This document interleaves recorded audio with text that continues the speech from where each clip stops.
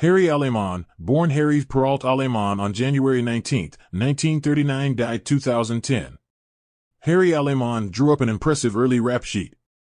In 1960 he was arrested for malicious mischief, in 1961, gambling, in 1962, possession of burglary tools, assault and criminal damage. In 1965 he was arrested for aggravated assault. In 1966, grand theft auto and armed robbery. In 1968, criminal damage to property. In 1969, aggravated kidnapping. In 1971, violating Federal Reserve Act, and in 1975 keeper of gambling place. Aleman's mother was Italian, his father a native of Durango, Mexico, who became, as Aleman put it, sort of a Mexican godfather who was allegedly involved in narcotics trafficking. Aleman grew up in an apartment building at 917 South Bishop Street in Chicago that was owned by his maternal grandmother and full of uncles, aunts, and cousins. My father was hard on me, extremely hard. Aleman said he beat me every day until I left home. He used his fist or a horsewhip. If I looked at him the wrong way, he beat me. My mother would intervene and consequently got hit herself. The beating stopped from age 7 until age 11, when his father went to prison on a robbery conviction. While he was gone, the family was often poor but got by. Aleman seemed to excel in high school.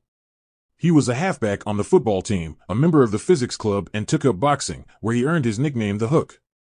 He graduated in 1955, rare for a hoodlum of that generation, enrolled in the Chicago Academy of Fine Arts, and graduated in 1958 with a commercial art diploma.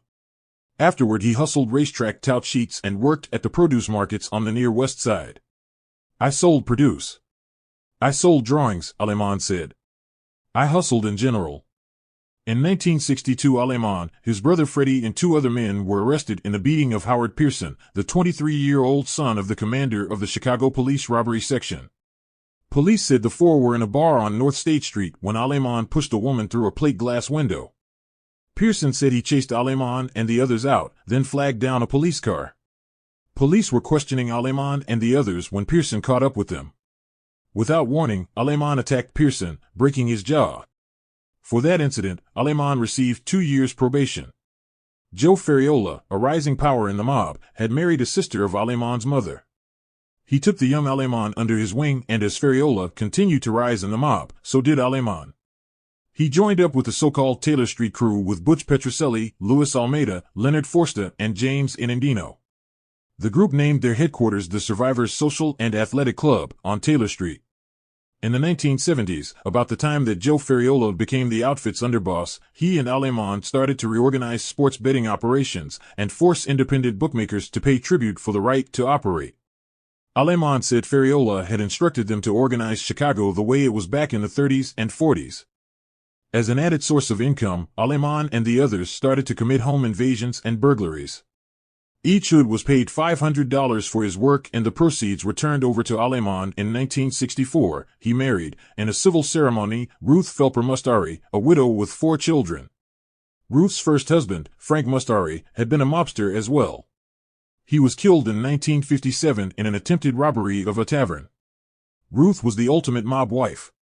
She stood by her husband's story that he was a commercial artist and that, in true mob tradition, the family was dead broke most of the time. In 1976, after Aleman was indicted for the murder of Billy Logan, Ruth came to the Cook County Jail with a suitcase containing $250,000 to bail him out, not realizing that she needed only $25,000. The couple had no biological children, but Aleman focused instead on being a real father to Ruth's children. I raised them, Aleman said. I consider them my own. I couldn't be any closer if they were my own blood. I love my kids. I love my wife. I have 6 grandkids. This gives me hope. He was wonderful to my children, Ruth Aleman recalled. He took the kids to Kittyland, to dinner, on picnics, camping. He always had time for the kids. Ruth died in 2002. Although he was slightly built, just under 5 feet 8 inches tall and 145 pounds, Aleman became so feared in underworld circles in the 1970s that small-time hoodlums trying to collect gambling debts simply invoked his name to collect. 2 Chicago loan sharks were convicted of extortion and sent to prison in 1978 for collecting a $6,500 debt from a South Side tavern owner by saying that Aleman would come after him if he didn't pay. Prosecutors said it was a ruse and Aleman was not involved in any way. However, authorities publicly linked Aleman to at least 4 murders, although he was formally charged with only one of them and was acquitted on that charge. He was suspected, probably not correctly, in the murder of Richard Cain, a made member of the mob who infiltrated the Chicago police before being exposed in 1964. Cain, a protege of the late mob boss Sam Giancana, was slain by masked gunmen in Rose's sandwich shop in Chicago in 1973. Aleman was also a suspect in the slaying of Orion Williams, 39, a meat thief whose bullet-riddled body was found stuffed in a car trunk in 1974. According to the Chicago Crime Commission, Aleman was involved in the following deaths. October 19, 1971, Samuel Cesario, a.k.a. Sambo, was clubbed and shot to death by 2 masked men as he sat with his wife in lawn chairs in front of 1071 West Polk Street in Chicago. Cesario was Aleman's uncle. Butch Petrocelli was said to assist in the killing.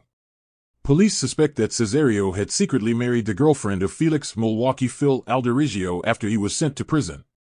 September 27, 1972, William Logan, 37, a Teamsters Union shop steward and ex-husband of Aleman's cousin, shot to death with a shotgun in front of his home at 5916 West Walton Street. December 20, 1973, Richard Cain, 49, a top aide to then high-ranking organized crime boss Sam Momo Giancana, was shotgunned at point-blank range by 2 masked men in Rose's sandwich shop, 1117 W. Grand Avenue, February 24, 1974, Socrates Sam Rantes, 43, a counterfeiter, found with his throat slashed and with puncture wounds in his chest in the trunk of his wife's car at O'Hare Airport. April 21, 1974, William Simone, 29, a counterfeiter, was found in the back seat of his car near 2446 South Kedvale Avenue with his hands and feet bound and gunshot in the head. September 28, 1974, Robert Harder, 39, a jewel thief and burglar who had become an informant, was found shot in the face in a bean field near Dwight, Illinois. He once escaped an assassination attempt by Aleman and a partner, James Inandino. January 16, 1975, Carlo DeVivo, 46, a mob enforcer, was cut down by 2 masked men who opened fire with a shotgun and a pistol as he walked out of his home at 3631 North Nora Avenue. May 12, 1975, Ronald Modliano, 43, an underworld fence, was found blindfolded and shot behind the left ear in his burning home at 6232 South Kilpatrick Avenue. June 19, 1975, Christopher Carty, 43, a former police officer who made high-interest loans to gamblers, was shot 8 times in the back and once in the face by 2 masked men as his wife and children looked on inside Jim's Beef stand in Melrose Park. August 28, 1975, Frank Galacos, 47, a federal informant, was shot 6 times by a masked man who stepped out of a car as Galacos walked to his car near Dilio's restaurant, 5700 North Central Avenue, where he was a cook. August 30, 1975, Nick Kegi Galanos, 48, a bookmaker, was found shot 9 times in the head in the basement of his home at 6801 West Wabanja Avenue. October 31, 1975, Anthony Reitinger, 34, a bookmaker, was shot to death in Mama Luna's restaurant, 4846 West Fullerton Avenue, by 2 masked men. January 31, 1976, Louis DeBartolo, 29, a gambler deeply in debt, was found shot in the head and with his neck punctured 4 times with a broken mop handle in the rear of the store where he worked at 5945 West North Avenue. May 1, 1976, James Irwin, 28, an ex-con who was suspected in the murders of 2 other reputed mobsters, was cut down by 2 masked men with a shotgun and a .45 caliber pistol. He was shot 13 times as he stepped out of his car at 1873 North Halsted Street. July 22, 1976, David Bonadonna, 61, a Kansas City, Missouri, businessman, was fatally shot and found in his car trunk there. His murder was one of several unsolved mob-related slayings that year in an apparent mob attempt to infiltrate nightclubs featuring go-go girls.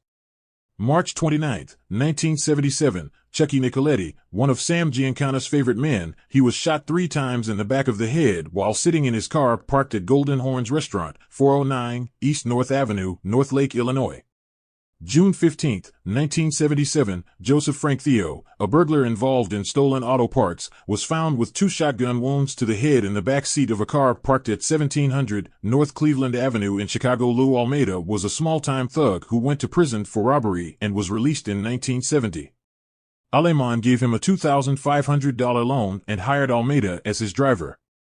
He told me, "Come around, don't get lost," Almeida said. He was looking for armed robberies and burglaries and was trying to get people to go on them. He was also bragging that he wanted to be a hitman. I guess he had to announce to everybody that he was starting to kill people for money or kill people who didn't listen to him. Almeida, a 5th-grade dropout who had served time for armed robbery, grand theft, burglary, and bond jumping, recalled, "We grew up together near Taylor Street and Racine. He used to hang around on Bishop Street and I used to see him and talk to him," Almeida recalled. Everybody looked up to him because his family was supposed to be in the mafia. "We hung around in the pool hall, in the park. He liked to bet on the horses and I think he was bookmaking, too. He always had money. Nice clothes. We called him the Sheik because he dressed nicely. He said he had it rough at home, that his father beat him and handcuffed him to a radiator." I don't know how much of it was true. When asked if he thought Aleman really killed 20 people, Almeida replied, "I don't know. He liked to kill things. But sometimes, the police, if they didn't know who did a hit, I think they would just put it on Harry." When asked what type of cars Aleman drove as a teenager, he replied, "I don't know. You mean legit cars?" "I don't know. Everybody drove stolen cars." He recalled how Aleman met his wife, Ruth, whom he married in 1964. She worked in this club on State Street. "We used to go there quite a bit. Everybody loved Ruth. She was beautiful."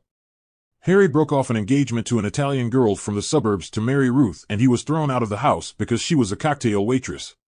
It was a terrible argument. His father wanted him to go to college, to marry this other girl. Harry didn't want to.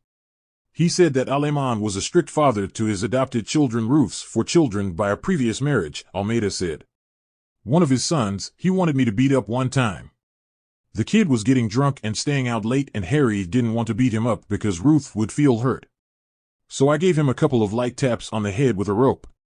I was going to scare him, tell him I was going to tie him up with a rope and throw him in the trunk."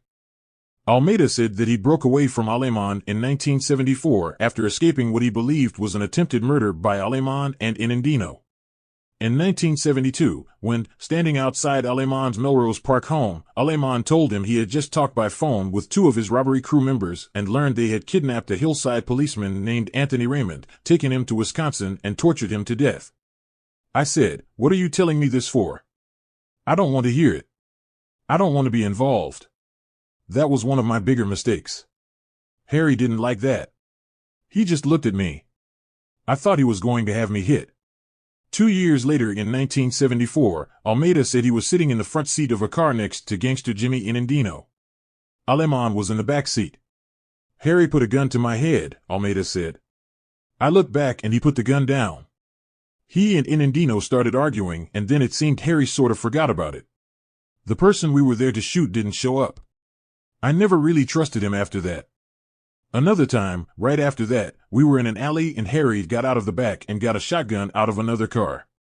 He told me to look straight ahead," Almeida recalled. "All I could see was windows with white shades drawn down. I really believed he was going to try to hit me. I left and I went my own way." In 1975, Almeida was arrested in Ohio en route to the murder of, as he said, some guy in Pittsburgh. "I used to get my ammunition from Harry. He said once he used to make his own ammunition in the garage of his house." State police stopped Almeida's car on suspicion and found a loaded pistol with a silencer. He was sentenced to 10 years in prison where he attempted suicide. He began cooperating with the government shortly afterwards, cutting a deal for early release and entry into the Witness Protection Program. According to Almeida, Teamster steward Billy Logan refused to cooperate with the mob's plans to steal cargo from his trucks. However, authorities believe that Logan was killed while involved in a bitter custody battle with his ex-wife, Phyllis, who testified that she was Aleman's second cousin and that after divorcing Logan, she had had an affair with Petrocelli. Logan had a fist fight with Petrocelli, made threats about making Petrocelli miserable. When his wife warned him to stay away or she would ask Aleman, her second cousin, for help, Logan was said to have replied, "Fuck that guinea." A few nights later, on September 27, 1972, Almeida drove Aleman to Logan's home and waited. Almeida said that in August of 1972, he and Aleman discussed a plan to kill Logan and that Aleman gave him 2 license plate numbers and Logan's home and work addresses, writing death to Billy on the same piece of paper. Almeida then trailed Logan to learn his habits and schedule. Billy Logan, then 37 years old, had grown up on Chicago's Near West Side, an area known as Little Italy. He lived on the second floor at 5916 West Walton Street with his sister, Betty, who was divorced. His sister, Joanna, and her children lived on the first floor. Logan, part-time cab driver, awoke for his night shift at Interstate Trucking, dressed and stopped to say good night to Betty. He also stopped on the first floor to talk with Joanna. Logan's nephew William Dietrich was on the front porch and watched his uncle walk across the street to his parked car and then heard a voice say, "Hey, Bill, come here." Almost simultaneously, 3 gunshots rang out, 2 from a shotgun, a third from a pistol. He heard his uncle yell out, "Oh, my God!" Logan's sister Betty raced out the street where he lay dying. He was still alive. He mumbled something. His keys fell. I held his head. I said, "I'm not getting up. I don't want his head on the ground." It was like in the movies. "This killing was personal, not business," she said years later. "When you come from the old neighborhood, people tell you things. Aleman didn't get an okay to kill my brother. We found out." 11 days before the murder, on September 16, 1972, Aleman directed Almeida and another hood to burglarize a home in suburban Oak Lawn where Aleman believed $40,000 in cash was kept in the basement. But after tying up a woman in the home and terrorizing her baby, Almeida and Forster left with only $1,800 and some jewelry. Almeida said that had driven mob killer Harry Aleman to Logan's home. Logan's crime was that he refused to allow the mob to steal truck cargoes driven by his drivers.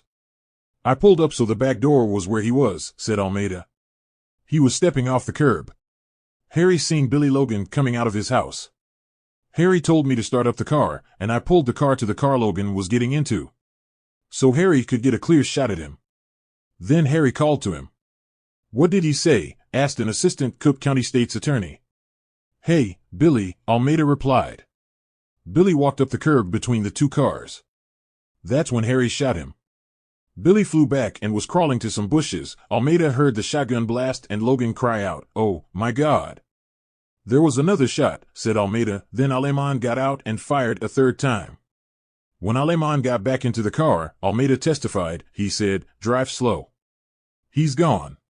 The government had another witness in the case, a young man named Bobby Lowe who was walking his dog just at the moment that Logan was gunned down. Lowe did not want to be a witness in the case. Right after he saw the shooting, he says, his father told him it was possibly a syndicate killing and to shut up and get inside the house. When the police interviewed him that night, Lowe never volunteered that he saw the murderer. But Lowe kept worrying about what he knew and felt that he had a responsibility to speak up. "I didn't feel it was safe for my kids on the street." Did you ever watch a horror movie? You'd be sleeping, and then parts of that movie would come back and scare you? Well, this was the same way. I'd be trying to sleep, and I would see that face. I was always looking behind me, looking for a car to pull up alongside me. 3 months after the murder, Lowe went to the police and, after examining photos, picked out Harry Aleman, although he had no idea who Aleman was or that he was suspected in taking part in at least 20 mob murders, maybe more. But no case was brought against Aleman. The police, however, later said that Lowe was lying. He hadn't come into headquarters and no one showed him photos. They later changed the story and said that they had lost Lowe's identification. After Almeida's statement was made, Assistant State's Attorney Nicholas LeVar found Bobby Lowe and got him to cooperate on the case. But, understandably, when Lowe found out who Aleman was, he backed out. His family, his wife, mother and father, urged him to stay away from the case. However, his brother, who had been shot in a gas station holdup and later was helped by a witness who agreed to testify for him, told him, "Think for yourself, be your own man." Lowe agreed to be a prosecution witness. He was forced to leave his job as a gas station manager and give up his apartment. The family was put under 24-hour guard. He was given a $250 a month allowance by the state, and the strain began to show, and his marriage started to come apart, and he lost weight and couldn't sleep. With great fanfare, then Cook County State's Attorney Bernard Carey announced the indictment of Aleman in the fall of 1976. The case came to trial in May 1977 before Cook County Circuit Judge Frank Wilson. On the witness stand, Lowe testified, "Me and that man just stared at each other. They were perhaps 4 feet apart." Remarkably, the judge in the case, who was paid $10,000 by the mob to throw the case, noted the discrepancies between police records and what Lowe said in court, and declared that the fact Lowe lied on the witness stand must cast a pallor over the testimony of this witness. He then pronounced Aleman not guilty. The prosecutor, Nika Averone, said it was incredibly frustrating. "I convicted people on half the evidence that we had for this case. The state of Illinois gave Lowe and his family new identities and moved them to another undisclosed location." When asked if he was sorry for what he did, Lowe said no. "If there would be a new trial, I would testify again. I stood up for what I believe." Lowe drifted into substance abuse and petty crime, which resulted in 2 years in prison. He eventually overcame his addiction and reunited with his wife and children. The police said that several days after he was acquitted, Aleman took part in the murder of Joseph Theo, a burglar involved in the stolen auto parts business. In March of 1989, Aleman was paroled after serving nearly 11 years of a 30-year sentence for the home invasions. Boss Joe Ferriola, his uncle, would leave Aleman $100,000 in his will shortly after Aleman's release from federal prison. He moved in with family members in Oak Brook. He began working for his son-in-law's concrete cutting business, Accurate Coring Company, 825 Seegers Road, Des Plaines, as the personnel manager, and would later describe the next 9 months as the best time of my life. "We were whole again," his wife Ruth said. "We cooked together, shared meals. Years ago, Harry taught me how to cook, how to make the gravy for the meatballs." Aleman wasn't free for long. In 1990, Aleman, Ernest, Rocco Infalis, and 18, essentially the Ferriola Street Crew, others were charged with using bribery, beatings, and murder to run and protect the outfit's multi-million-dollar gambling, extortion, and juice loan operations. The primary witness against them was one-time mob gambler Bill Jahota. The charges against Aleman involved extorting money from 2 bookmakers whose betting operations competed with the Ferriola Infalis family. Aleman pleaded guilty in return for the negotiated sentence. Given time already spent in custody, Aleman was sentenced to 8 years in prison. Aleman, an accomplished artist, asked the judge to send him to the federal prison near Oxford, Wisconsin, so he could pursue his painting hobby. The judge agreed. Aleman said that he had been in Oxford before and enjoyed the artwork there, and that as prison painting programs go, he said, Oxford's ranks among the best for landscape and still life. In 1997, Aleman was tried a second time for the Logan murder. A judge ruled that the rule of double jeopardy didn't apply in Aleman's case since the first trial was fixed by a $10,000 bribe to the presiding judge in that trial. It was the first time ever in U.S. history that a citizen acquitted of murder would go on trial for the same murder a second time. Right after he was indicted, a guard at Oxford Prison watched Aleman meeting with 2 men, whom he couldn't identify. Aleman passed notes to the pair and said, "The 2 will be taken care of if this goes to trial, one after the other." The government suspected that Aleman could have been referring to witnesses poised to testify against him. The notes were destroyed before guards could seize them. One day into the trial, it was also declared a mistrial when a juror, described only as a suburban woman who works as a flight attendant and nurse, called the prosecutor and said she feared for her life and would like to be excused from the court. "Well, to be honest, I was just worried about this case and where it's going and what could happen to me as well as, family members," the woman told the prosecutor. "I just wanted to know if there was anything that I could do to take myself out of it. There are many witnesses who are not here to be able to testify these days," she said. "I mean, I don't know if that's all because of natural causes.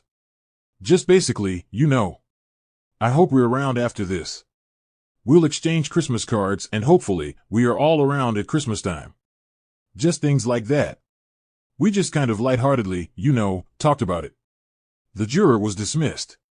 Aleman's lawyers cleverly muddied the waters by suggesting that noted mob killer William Butch Petrocelli had actually gunned down William Logan in 1972.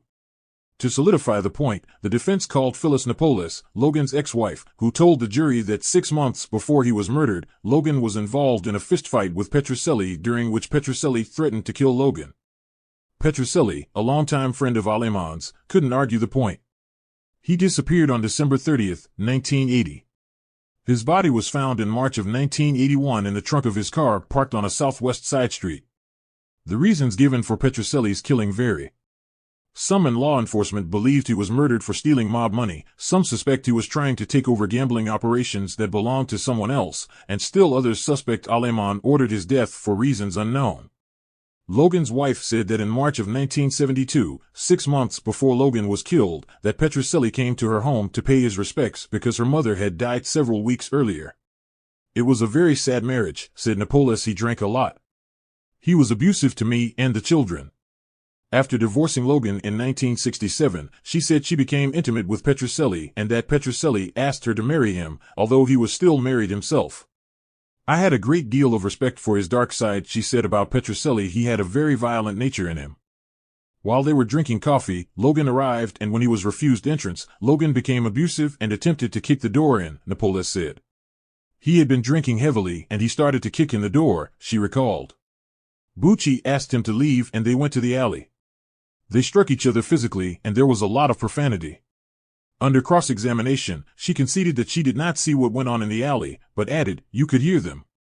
They were fighting. They threatened to kill each other." And later added, "I had a great deal of fear for Mr. Petrocelli. That's why I didn't marry him." She was stunned, however, when the prosecution presented her with the fact that one of her daughters had visited Aleman in prison, to which she replied, "We were as close as cousins could be."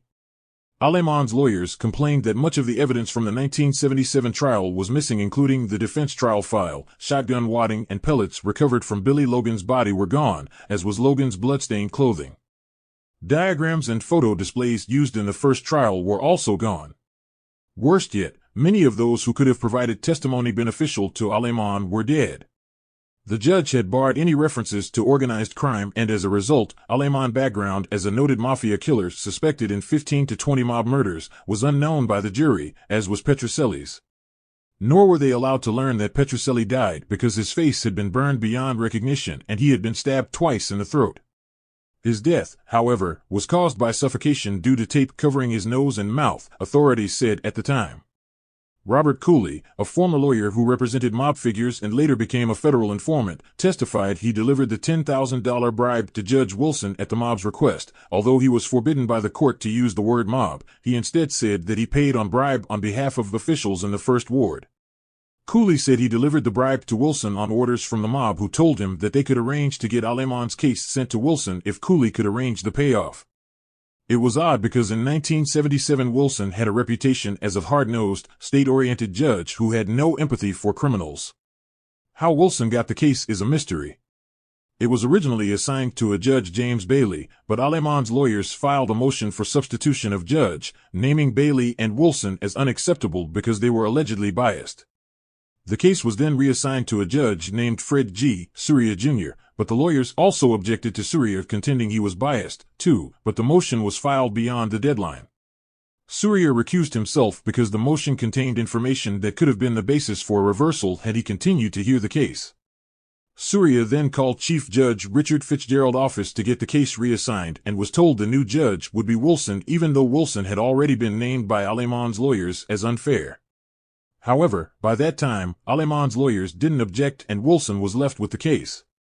Wilson committed suicide in 1990. According to Cooley and later, Aleman's cellmate, a former Cook County judge named Thomas Maloney, was involved in the payoff as well. At the time, Maloney was a lawyer.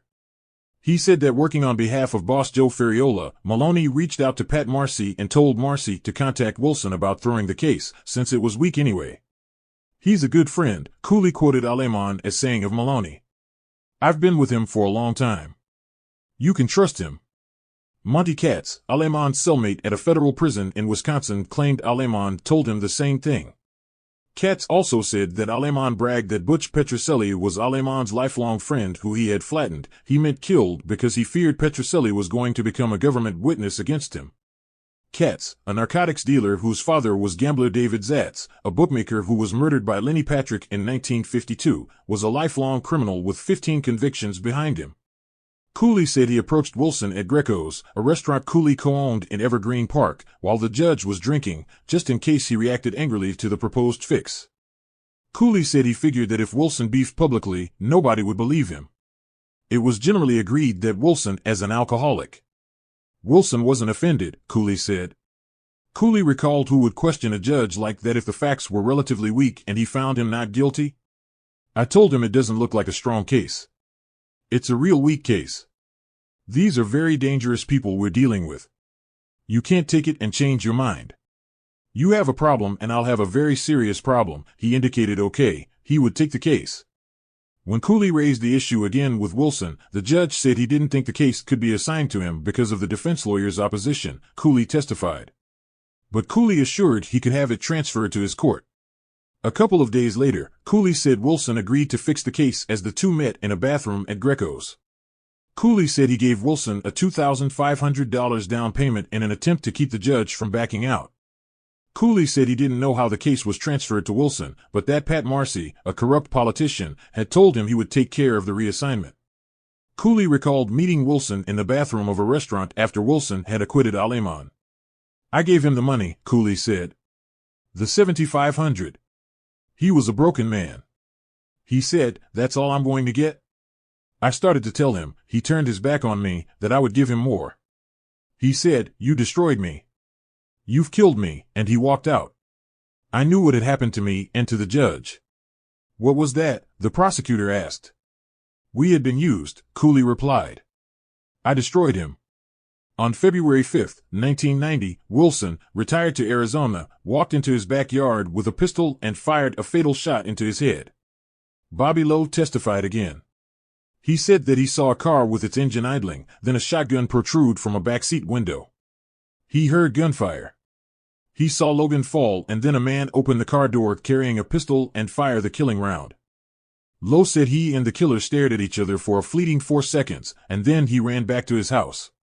On October 1, 1997, 20 years after his acquittal in the same case, Aleman was found guilty of murdering William Logan. He was found guilty and given 100 to 300 years in jail. In December of 2005, Aleman was up for parole and insisted that he didn't kill Billy Logan, but that Logan's killer was his former business partner, William Butch Petrocelli, because Petrocelli, who was involved with Logan's ex-wife, said that Logan used to knock Phyllis around and give her black eyes all the time. Aleman believes that Petrocelli was in trouble with the government and that a relative in law enforcement persuaded him to flip. And then the government didn't want to admit Petrocelli was the Logan killer. Aleman also denied he was part of the mafia or organized crime, and insisted he was set up by government stool pigeons. When asked if he had read mob lawyer Robert Cooley's book on his life in crime, Aleman spat out Bob Cooley, the stool pigeon guy.